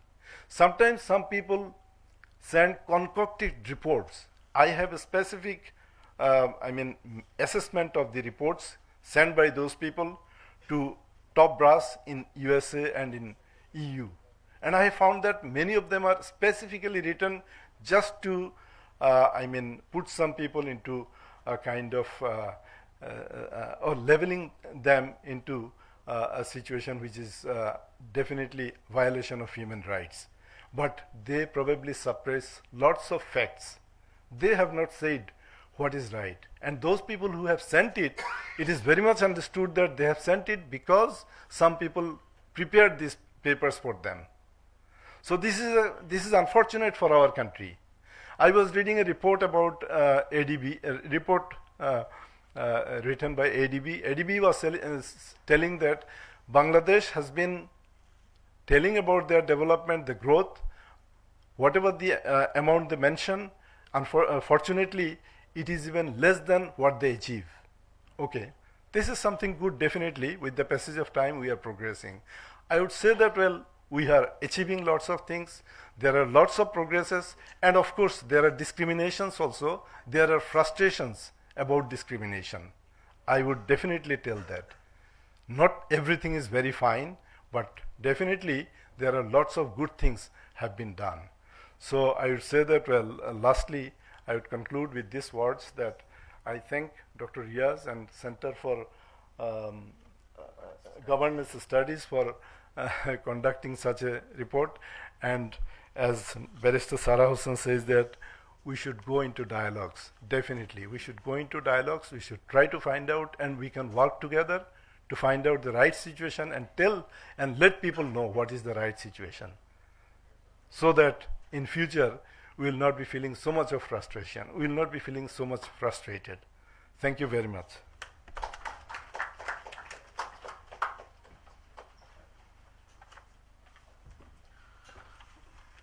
Thank you, sir, for your insightful thoughts. The NHRC's chairman has mentioned that the journalists are the main human rights defenders. So I would like to invite Mr. Nurul Kabir, the editor of New Age, for his remarks. Good morning to everybody, the Honorable Chair, speakers, and the audience. Well, let's circle about the language first. Human rights issues are national and international issues, of course, and at the same time, we cannot effectively address the human rights issues until and unless we can make the people at large aware of that. And for that to happen, of course, we should use the what we call our mother tongue. But we have some foreign friends here too, but I'm sure that the CJs has the mechanism to get the get the contents of the speeches translated. Maybe they will be knowing it a little later. I would prefer rather to speak in Bangla. Well, before I switch to Bangla, let me tell you all that the things that I plan to speak has now been changed, particularly after what our Honorable Chair of the National Human Rights Commission has changed. So what I thought about it, and many people have, of course, spoken about the issues that I also wanted to say. Before I get into that, I must thank Dr. Ali Riaz for an important research. Side by side with that, I agree with some of our colleagues who said that the areas of research should have been expanded a little more. I would just add that it would have also been beyond the normal human rights issues, that I would expect that human rights issues virtually or eventually is a political issue. If the political is not even primarily the legal issue, it's a political issue. Say one of our colleagues says that the rule of law, well, there is standard definition of rule of law, but when you have a lot of unjust laws in vogue, so it eventually, even a government goes by the laws, it could well be rule of unjust laws. Whether there would be just laws or unjust laws, it depends on the political perspective of those who enact laws. So come back to my point. I'm very happy to know today that our chairman of the Human Rights Commission has said 2 points that caught my attention. One is, অধিকাংশ ক্ষেত্রে human rights কমিশনের যে recommendations এগুলো সরকারের এজেন্সিগুলি শোনে। আমি ব্যক্তিগতভাবে নাগরিক হিসেবে অনেক খুশি হয়েছি। আমি ওনাকে অনুরোধ করব, যেহেতু হিউম্যান রাইটস কমিশনের কথাগুলি শোনে, কারণ লটা প্রসেস করার সময় প্রক্রিয়ার মধ্যে আমি ছিলাম, যারা বাইরে থেকে সাজেস্ট করেছে। হিউম্যান রাইটস একটা বড় দুর্বলতা হচ্ছে এই কমিশনের সাজেশনস রিকমেন্ডেশনস সরকার পালন করতে বাধ্য নয়, ম্যান্ডেটটা পুরোপুরি নাই।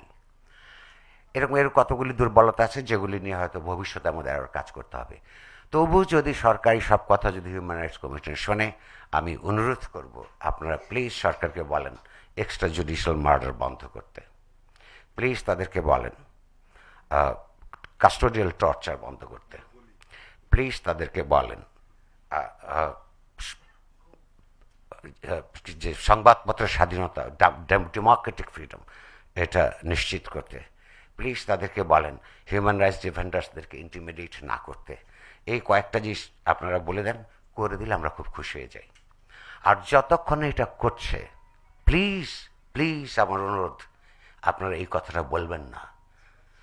আইদার আপনারা এই কথাগুলি হিউম্যান রাইটস কমিশনকে বলেন, সরকারকে বা রাষ্ট্রকে বলেন না, কারণ বললে যদি শোনে, কিন্তু আমরা দেখছি এগুলো শুনছে না, তার মানে আপনারা বলছেন না।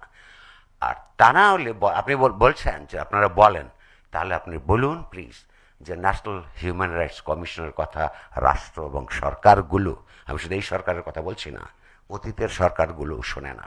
অন্তত আপনারা যদি এটা বলেন, আমরা যারা নাগরিক, আমরা যারা এখানে একটা রাষ্ট্র এবং সমাজের একটা গণতান্ত্রিক রূপান্তর দেখতে চাই, তারা আপনাদের পক্ষে লড়াই করতে পারবো। Please don't confuse people. Point number 1। Point number 2, আপনি একটা জিও পলিটিক্সের কথা তুলেছেন। ইয়েস, রাজনীতিতে জিও পলিটিক্স তো থাকবে, সবসময় ছিল। জিওগ্রাফি এবং পলিটিক্স যতক্ষণ পর্যন্ত যখন তৈরি হয়েছে এবং যতদিন পর্যন্ত থাকবে সেটা ছিল। প্রশ্নটা হচ্ছে সেই ক্ষেত্রে আমরা আমাদের অধিকারটা কিভাবে সংরক্ষণ করব। আপনি লক্ষ্য করুন,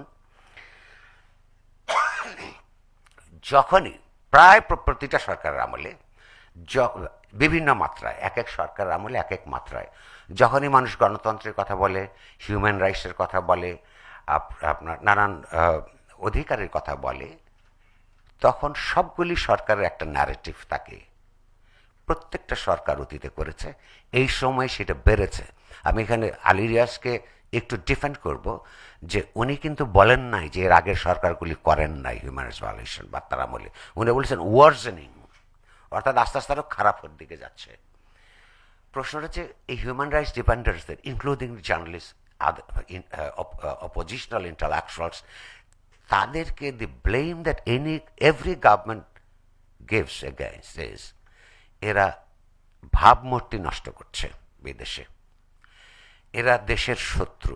এই যে governmental narrative that political opponents or the oppositional intellectuals are tarnishing the image of the country is always a government narrative, because they don't want these people to spread the truth that incumbents are not acting well. Every government has done this. Now question is, এই ন্যারেটিভটা যখন সরকারের পক্ষ থেকে আসে, আমি লক্ষ্য করেছি অনেককে সংকুচিত হতে, ভয় পেয়ে যায়, দেশের শত্রু হিসাবে শনাক্ত করা, রাজাকার বানিয়ে দেওয়া, দেশপ্রেমিক নয় এটা বলা। আপনাদের জন্য, এটা যারা একটু ভয় পান, তাদের পরিষ্কার বিবেকের জন্য আমি আপনাদেরকে একটা কথা বলে রাখছি। সেটা হচ্ছে যে এই ইন্টারন্যাশনাল কমিউনিটিস বলে তো একটা ব্যাপার আছে। We live in the community of state, nation states. So আমরা ইউনাইটেড নেশনসের একটা কম্পোনেন্ট। ইউনাইটেড নেশনস হয়েছিল কেন? পৃথিবীর নানা জায়গায় নানা সমস্যা আছে, এই সমস্যাগুলোকে একসাথে বসে কনফ্লিক্ট রেজলিউশন করে এবং অন্য সমস্যাগুলোকে একত্রিতভাবে দেখে অ্যাড্রেস করার জন্য বিভিন্ন আন্তর্জাতিক সংগঠন ইতিহাসের প্রয়োজনে গড়ে উঠেছে।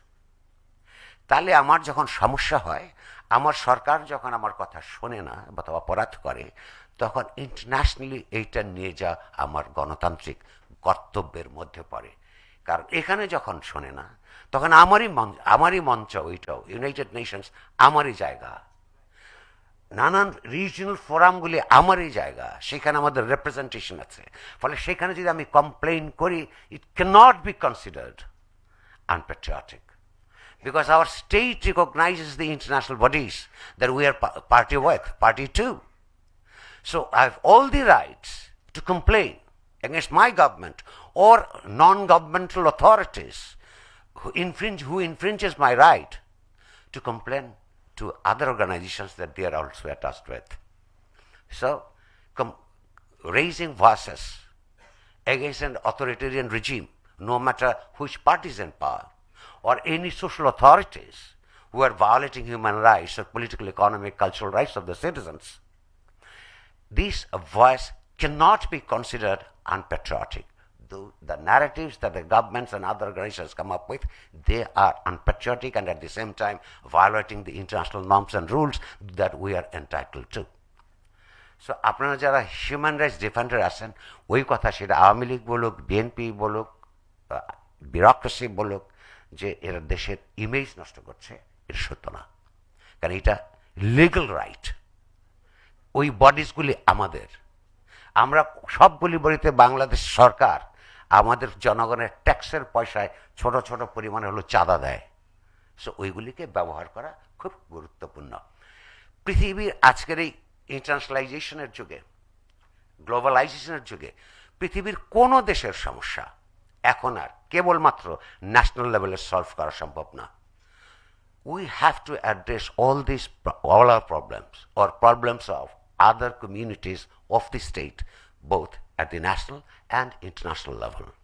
Of course, we know what is our geopolitical interest and what is not. এটা বোঝা শুধু গভর্নমেন্টের একলা এখতিয়ার না, এটা সচেতন নাগরিকরা বোঝে যে কোনটা আমার জিওপলিটিক্যাল ইন্টারেস্ট অ্যান্ড কোনটা আমার নয়। ফলে এইটা দিয়ে যদি আপনারা অ্যাটাক করতে আসে, তাহলে we will invite dialogue. We don't want to confront. Let's have the honest courage to discuss with us in the open that what you are considering geopolitical interest and what we are considering geopolitical interest may conflict, because we consider things on behalf of our country, on behalf of the people at large, and mostly governments, I say governments, not the government, consider from their narrow political partisan interests. So we are ready to have dialogue, but please don't call us unpatriotic. And don't, when they do that, you people don't believe in them, don't trust them. When the state finds you a troublemaker, perhaps in most cases, I don't say in all cases, in most cases you are on the right track, because usually the undemocratic states, in most cases, violates human rights.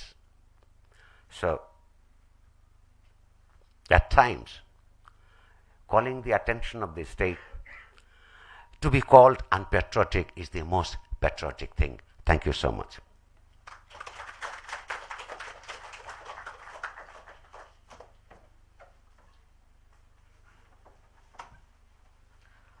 Thank you, sir, for your valuable remarks.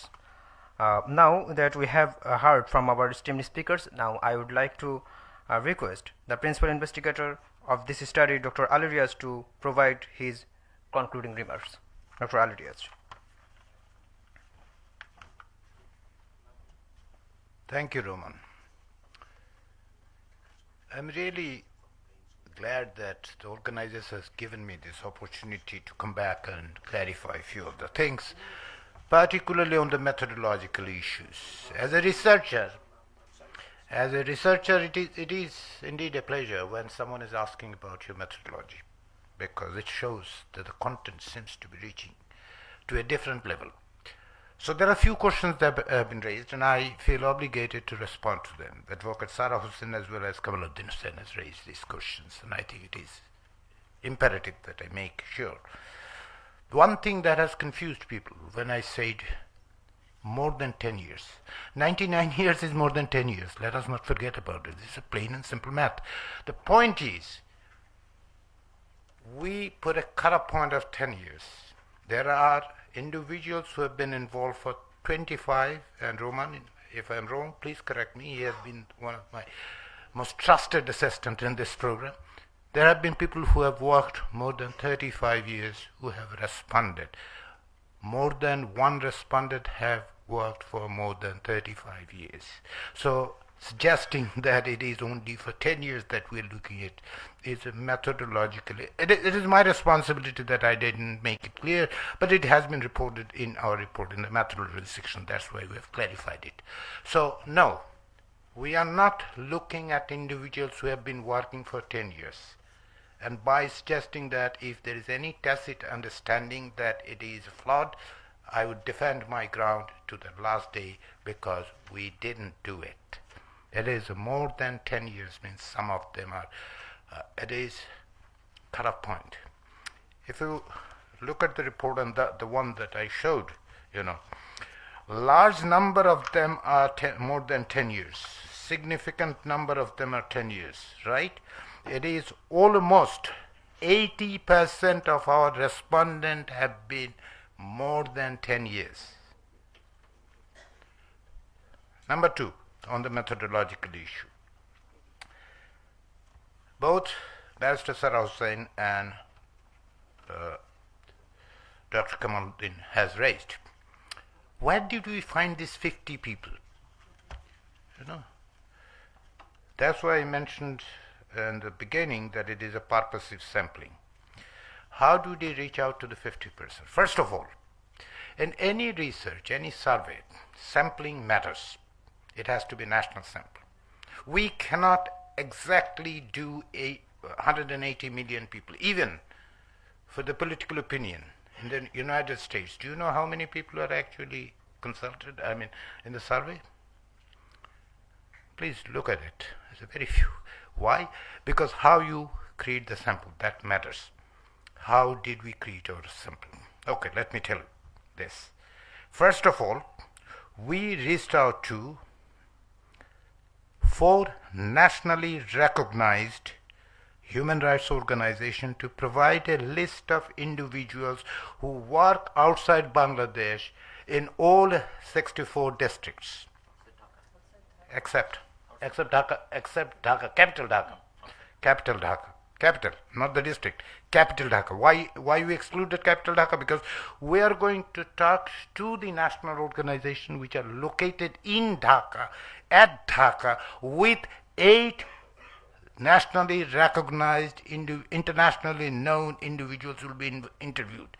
They can provide us the perspective. That's why we excluded Dhaka as the capital. We reached out, first of all, 4. Okay? But not all of them. That's not well. We reached out to 42 organizations who are located outside Dhaka as a local human rights organization. 42 of them. That brings us to 46, okay? When they provided that list, based on that, we created a list of,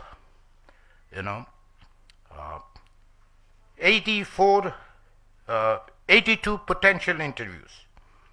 This is where the second methodological question that comes is, how did we defend human rights defenders? While in the spirit, I agree with the National Human Rights Commission's chairman that journalists are human rights defenders, but internationally, by the United Nations, the definition that we have used is plain and simple. The Special Rapporteur of Human Rights Defender defined human rights defendants as, and I quote, literally quoting here, the people who, individually or with others, to promote or protect human rights in peaceful manner. This is the basic minimalist definition that we used. Okay, fine. So that is how we define that. Based on that, based on the selected 84, okay, out of the district of 64 that we requested, please note that we actually, these 4 national human rights organizations do not have people in 64 districts. That's a fact. They have provided their list of the individuals. And here we ran into a problem. In this country nowadays it doesn't matter because 50 million people's privacy has been breached knowingly. We wanted to make sure that these human rights defenders are protected, because if we gather those and make them public, I cannot, my team cannot, CGS cannot protect them. So if you're asking me, as Bangladesh, some of the Bangladeshi state institutions has raided previously on National Human Rights Office seeking to seize the computers to get the list. That has happened in this country. So if you're asking me, give me that list of names, sorry, I'm not going to give it that list. No, absolutely not. I'm going to protect them until the last moment. Yes, the troublemaker that you called, they are the troublemakers, the good troublemakers, as Senator Lewis, the civil rights movements in the United States. So based on that, we reached out to, now out of these 2 sources, we used a 3rd source. I'm explaining this methodology because my friends here, the media is here. I understand some of them may go back to office and say that this is a seriously flawed methodology. I'm going to explain it. Sorry for taking time. There is a 3rd method that we have to use, snowballing. Why did we do snowballing? Because when we reached out to these 4 organizations and then plus 46 organizations, did we miss anybody? We might have missed, because there are individual human rights activists who work outside Bangladesh. They might not be part of these 42 organizations or these 4 organizations. Should we exclude them just because they're working independently? No. So we did some snowballing as well. Based on that, 82 potential respondents, we created a list, randomly started selecting based on the district. Out of 64 districts, we had reliable 36 districts where we could actually reach out, identify, verify these individuals. And Mr. Dr. Kamal has mentioned, Kamaluddin Ahmed has mentioned with respect to this one fictitious organization should not delegitimize hundreds of people who are working here. Nevertheless, we have been very careful so that we don't run into that trap. So what did we do? We verified from 2nd independent sources. I, as an individual, have worked in a news organization called British Broadcasting Corporation. Some of you may know which that organization is, for 5 years. So the basic policy is 2 independent sources. One, that they have been provided, we have verified through, because yes, we have found that some of the names that came through, they are no longer active. So based on that, we have created an 82 potential interviews, randomly selected. Okay, these are the confirmed ones. Let's go through it. And then we did, randomly selected. Ensuring what? Ensuring that maximum districts are represented so that it is not geographically skewed. Because if you do geographically skewed, you are 36 out of 64. Already we are in sampling, yes, with respect to sampling, are those, when we looked at these 36 districts, sorry for taking, the team, spent hours in this, so I'm not going to take hours of yours, but let me explain. 36 districts that we have looked into. Why 36? Why not 35? Why not 37? Because we were sure that in this 36 districts, verifiably we can say these individuals, our potential respondents, do fit into the UN OHCR's definition, working for either organization or independently. Based on that, 36 districts that stood, based on that, out of 82 potential, we reached out to 82 potential respondents. Okay? 53 of them agreed to participate. Now, if you're looking at the sample, 36 districts, representing organization, individuals, geographically spread through the 8 division, not 7 division, not 6 division, 8 division. Every division have been represented. And out of those 53 people, what happened is this. After that, 5 people declined. We ran into what? 53 minus 5, 48. Right? So what we did, we added 5 out of that list of 82 potential one. Right? We are not simply collecting from, thin air. This is not a pick and choose. This is not a cafeteria that you go and eat whatever you want to like. This is a plain, simple methodological issue. And we did address that one. Now, so I hope you understand why 50. 50 is a small number. United States has 300 million people. What is the representative sample, 110 is the max.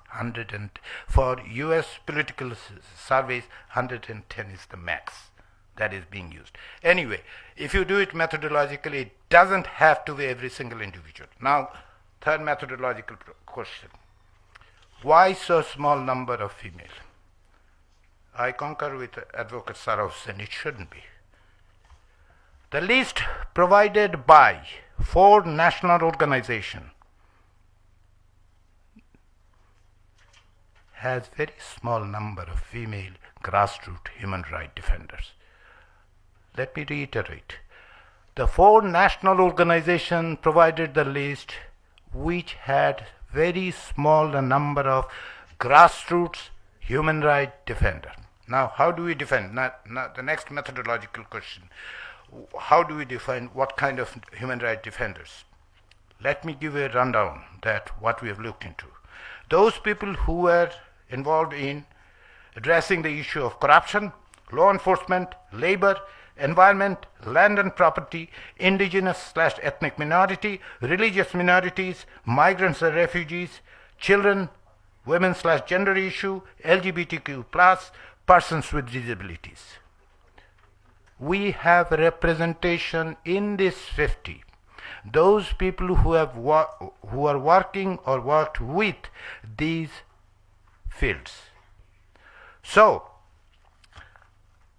why am I going into these details in this methodology? Because this methodology is the foundation where it stands, okay? So why 50? Who are the defenders? How did we define human rights? One, it is not a 10 years thing. We didn't do a comparison. Sometimes you have to have a friend close to you. Nurul Kabir is a friend of mine, and that's why he defended me. Thank you, Nurul Kabir. And we have our disagreements as well. Whenever we... No. He said he's defending me. No, thank you for that. No, I appreciate that you guys liked it. My point is that these things needs to be clarified so that there's no confusion whatsoever. I don't think that, raising... you have raised a vital question of methodology because as a researcher I understand that it stands on those things. Unless I can clarify that it is actually on the solid basis of the methods, because in social research what we call garbage in, garbage out. If you put the garbage in, then there would be a garbage out.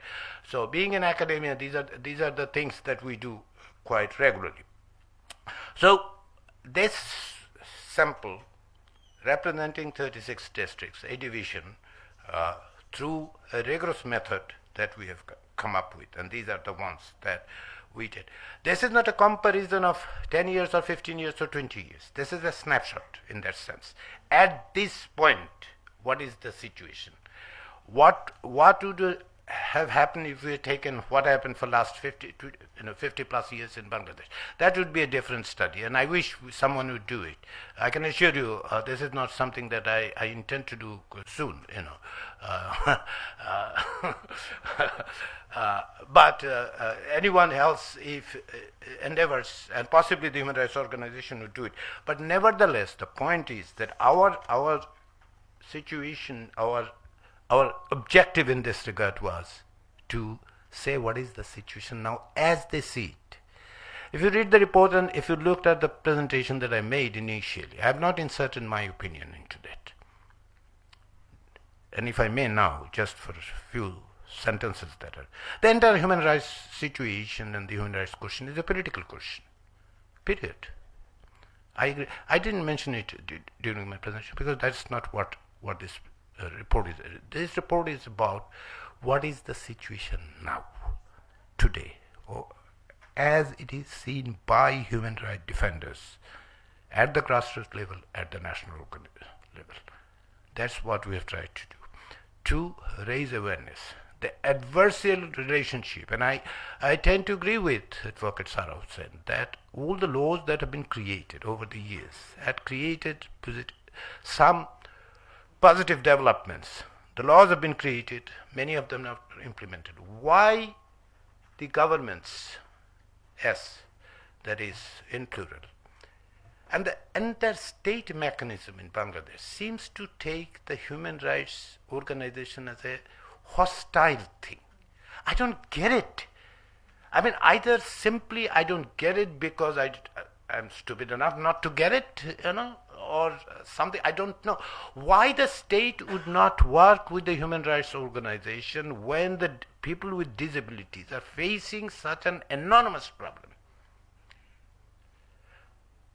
If you go to any places, I mean, possibly be living in a place called the United States or Europe that I've lived, or somewhere else I've traveled, and most of us have done it here.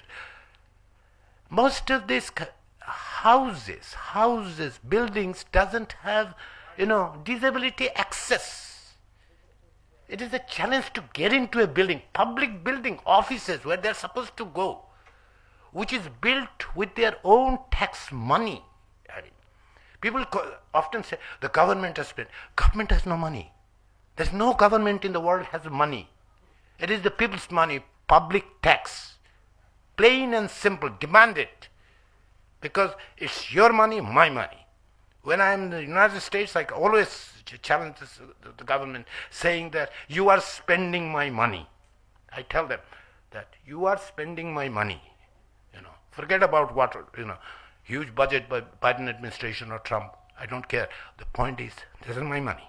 I paid taxes and you are spending it, either wasting it in Iraq, doing an unlawful, illegal war, or something else. But the point is this. Why there is adversarial attitude? Why state agencies are being used against the human rights defenders? Because it is political. That is the problem. So, but again, thanks to all. If I have taken, I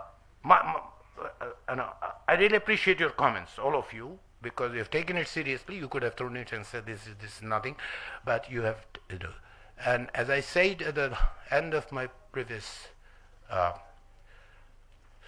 presentation or beginning, which Dr. Kamaluddin Ahmed has agreed to, and I'm sure Panaway and others would agree to.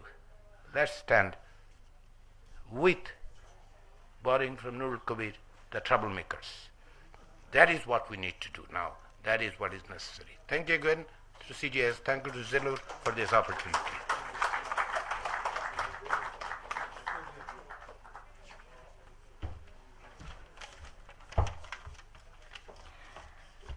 Respected guests, distinguished speakers and honorable participants, I am Zubaida Hana Farooq, Executive Policy Assistant at Center for Governance Studies. After months of endeavor, we successfully published our report on challenges to human rights defender in Bangladesh. We understand that it might be a different world where human rights does not need defending and can be assured to everyone through good governance, democratic exercise, and global cooperation. But we believe that it is not impossible. We believe that these defenders are the protagonists who keeps us alert regarding the innumerable violation of human rights in the society, and they are the noble people who are working for the service of others without considering for their own safety. But it is our responsibility to provide them with a safe environment where they can raise their voice against an oppressor and stand by a victim. In this report, we have highlighted the conditions that the HRDs of Bangladesh are facing through elaborate literature discussion, extensive fieldwork, and rigorous analysis. We heard the voice of 50 HRDs that work across 36 districts in the country. They shared with us their grief, their stories of pain and oppression, and their demand for protection. We heartily thank those defenders for participating in this research. We also talked to and included several leading human rights activists in Bangladesh in the report so that not only the problems are heard, also the solutions are incorporated. From the deepest of our heart, we thank each individual who has assisted in the data collection, outreach, and communication. Last but not the least, we thank our entire CGS team for relentlessly working for making this work a success. And the person who has been everything in the project guided us with his enlightened knowledge and assistance, which has been a great opportunity for all of us. Dr. Ali Riaz Sir, a distinguished professor at Illinois State University and the member of Advisory Board of CGS. He has not only provided us with guidance to our task, but also inspired us to dedicate our utmost endeavor to the successful completion of this initiative. Finally, we thank you all, specifically the Chairman of NHRC, Dr. Kamaluddin Ahmed, for being present with us in spite of being so sick, as well as the Advocate Zerai Khan Panna, Chairperson of Aino Sarish Kendro, Editor of New Age, Nurul Kobir, and Barrister Sarah Hussain, Honorary Executive Director of BLAST, for being present here at our auspicious moment and extend your cordial support to our endeavor. We hope that our report will extend its contribution to the relevant mechanism in constructing instruments that will look after the defenders of human rights in the country and allow them expansive possibilities of working relentlessly for the people. With that end in view, we are calling an end to our today's publication and presentation ceremony, keeping the hope on note that the human rights defenders will be defended using every possible instrument so that while fighting for the rights of others, their rights don't get forgotten. Ladies and gentlemen, we are ending our today's ceremony, and before that, we are humbly requesting you to move to the room outside for some light refreshment. Thank you all very much.